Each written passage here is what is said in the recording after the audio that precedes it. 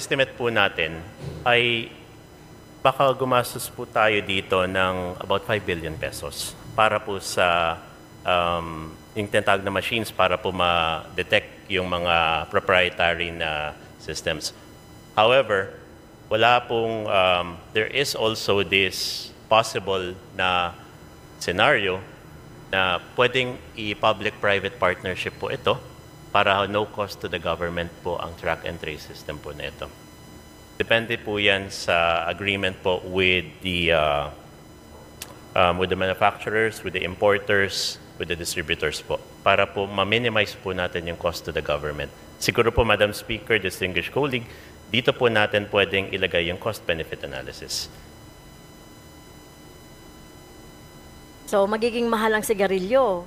Kasi kung meron tayong bibili ng mga machine, tapos ipa-partner natin yan with the private sector, so magmamahal na niyan yung magmamahal na niyan yung sigarilyo. Kasi sa ngayon, parang ang isang stick, magkano na ba isang stick? Parang 10 pesos na yata, no? Ang isang stick. But anyway, problema na ng mga maninigarilyo yan, yung produkto. By the way, do we have a model country?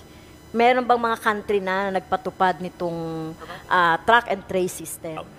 Madam Speaker, distinguished colleague, not only countries but actually a series of countries po. Meron na po tayong masasabing mga best practices na rin po dito, which is already the European region. As a matter of fact, the European region is also one of the model regions po para sa pag-i-implement of universal or even free healthcare, at kasama integral po sa pag-implement ng sufficient healthcare sa kanila yung pag-track and trace po of illicit lifestyle products such as alcohol or cigarettes or other tobacco products, Madam Speaker, distinguished colleague.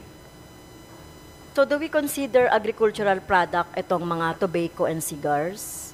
Vape? Okay. Madam Speaker, distinguished colleague, hindi po agricultural po ito. These are finished products po. Yun po yung tina-track and trace po natin. Hindi po yung mga raw products po. Okay. So hindi mag-a-apply dito yung yung Anti-Agricultural Economic Sabotage Act. Hindi po. No? Hindi po. So yung mag-a-administer ng mandatory registration, sino ang mag-a-administer na ahensya natin? Yung mandatory registration kasi nakalagay yan dyan, di ba? Madam Speaker, distinguished colleagues, sa atin pong proposal po ay ang Bureau of Internal Revenue po ang mag-impose po ng regulatory standards po dito. Okay. So yung maglalagay ng mga markings, yung industriya na o yung mga manufacturers? Tama po, Madam. Okay. Madam Speaker, distinguished colleagues. So, paano yung mga nanggagaling sa ibang bansa? Ano gagawin doon? Kasi included, sabi mo, na dito sa batas, yung mga ini-import o pinupuslit galing sa ibang bansa. So, lalagyan pa ba yun ng track and trace system? Bawal nga yung smuggling. Di ba dapat i-apprehend, kasuhan, at panagutin itong mga smugglers. So, lalagyan pa ba yan ng mga mark? Mr. Speaker, distinguished colleagues, dahil po ang implementation po nito is we look at sa manufacture and importation po. Those who intend po to import or to manufacture din po dito, sila po ang magbe-bear po ng cost para po sa markers, para lang po maiangkat o ma-manufacture din po ang mga tobacco products po dito. So hindi po to, if they wish to pass this on sa consumers, nasa kanila na po yan. Pero before they are able to be able to sell such products po dito, they have to comply po sa ating regulatory standards, which will be including this track and trace system po. Okay, sa mga imported, no? Sa mga imported products.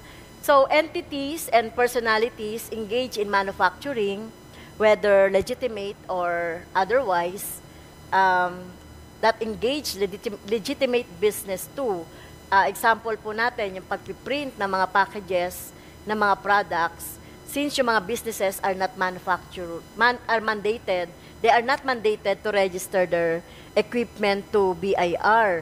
So, yung sinasabi natin na pagre-register sa BIR, so, kakayanin ba ito ng BIR sa tingin natin? So, ano ba yung capacity ng BIR para ma-register itong lahat ng ito na sinasabi natin mga products? Well,